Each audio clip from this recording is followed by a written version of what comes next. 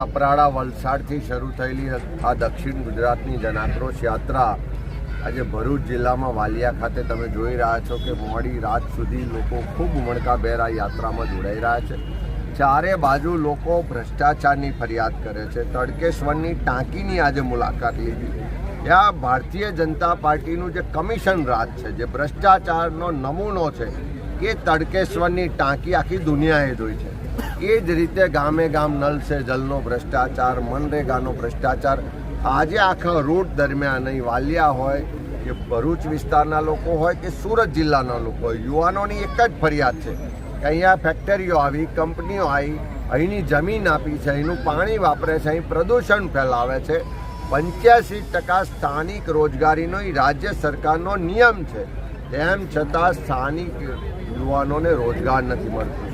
અને હદ તો ત્યારે થાય છે કે જ્યારે રાજ્ય સરકારનું પોતાનું યુનિટ હોય, જીઆઈપીસીએલ, એમાં પણ 85% સ્થાનિક યુવાનોને રોજગાર નથી મળતો। ચારે બાજુ ભાજપના નેતાઓને એમના મળતિયાઓ ભેગા થઈને ગેરકાયદેસર રીતે ખનન કરે છે, કુદરતી સંપત્તિને લૂંટીને લઈ જાય છે, અને બીજી બાજુ પોલીસ અને પ્રશાસન લોકોને ડરાવે છે, દબાવે છે। આખા આદિવાસી વિસ્તારના લોકોની ફરિયાદો છે કે શિક્ષણ મોંઘું થયું છે, ગુણવત્તાયુક્ત શિક્ષણ નથી, જળ જંગલ જમીનના અધિકારો નથી મળતા। વન અધિકારનો કાયદો 2006માં આવ્યો, આજે 20 વર્ષ પછી પણ એના અધિકાર પત્રો નથી મળતા।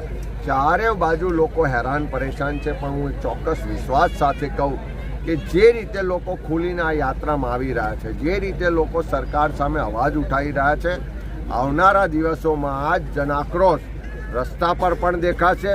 આ જ જનાક્રોશ તમને ગાંધીનગર વિધાનસભા સુધી પણ દેખાશે, અને આ જ જનાક્રોશ આવનારા સમયમાં ગુજરાતમાં પરિવર્તન પણ લાવશે।